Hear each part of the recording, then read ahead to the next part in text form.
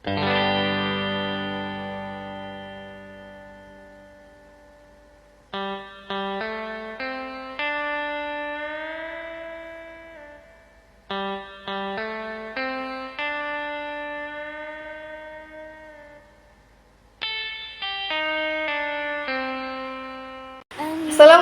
warahmatullahi wabarakatuh. Perkenalkan, nama saya Alfia Triandini dari kelas 10-2. Di sini saya akan menjelaskan tentang macam-macam kebutuhan. Baiklah, tidak usah berlama-lama lagi, langsung saja kita ke pembahasannya. Kebutuhan terbagi menjadi 4, yaitu kebutuhan berdasarkan intensitasnya, kebutuhan berdasarkan waktu, kebutuhan berdasarkan sifat, dan kebutuhan berdasarkan subjek. Baiklah, kita akan membahasnya satu persatu. Yang pertama, kebutuhan berdasarkan intensitasnya. Kebutuhan berdasarkan intensitasnya terbagi menjadi 3, yaitu 1. Kebutuhan primer adalah kebutuhan utama yang harus dipenuhi supaya individu dapat mempertahankan hidupnya. Dapat juga disebut kebutuhan pokok. Contohnya seperti sandang, pangan, dan papan. Kedua, kebutuhan sekunder adalah kebutuhan yang muncul setelah primer terpenuhi atau jenis kebutuhan yang bersifat pelengkap dari kebutuhan primer. Contohnya adalah kulkas, laptop, televisi, atau make up, dan lainnya. Ketiga, kebutuhan tersier adalah kebutuhan yang bersifat mewah. Hal ini karena tujuan dari pemenuhan kebutuhan tersier adalah untuk kesenangan pribadi saja. Setiap individu memiliki kebutuhan tersier yang berbeda satu sama lain. Contohnya adalah kepemilikan alat transportasi mobil, wisata ke luar negeri, atau musik, dan lain-lainnya.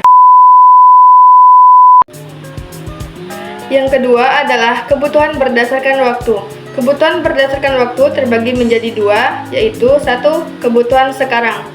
Memiliki sifat yang mendesak untuk segera dipenuhi dan tidak dapat ditunda. Contohnya, ketika haus, maka kamu harus segera minum untuk dapat memuaskan dahaga. Kedua, kebutuhan masa datang atau masa depan, yaitu kebutuhan yang pemenuhannya bisa dilakukan di masa yang akan datang.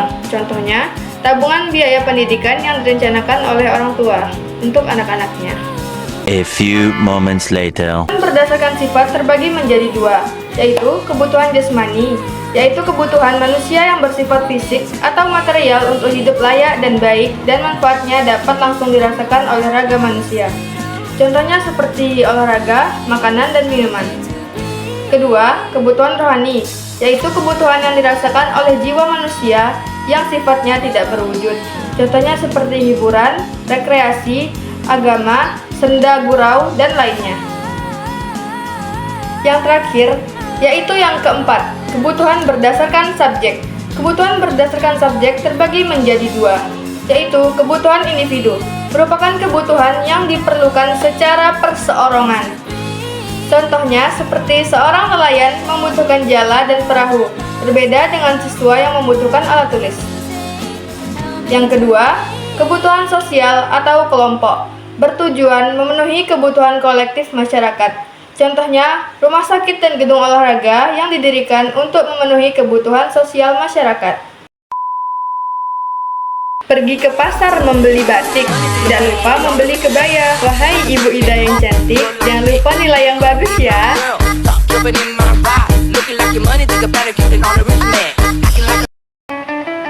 Sekian dari saya, mohon maaf jika ada kesalahan karena kesempurnaan adalah milik Allah Subhanahu wa Ta'ala. Wassalamualaikum warahmatullahi wabarakatuh.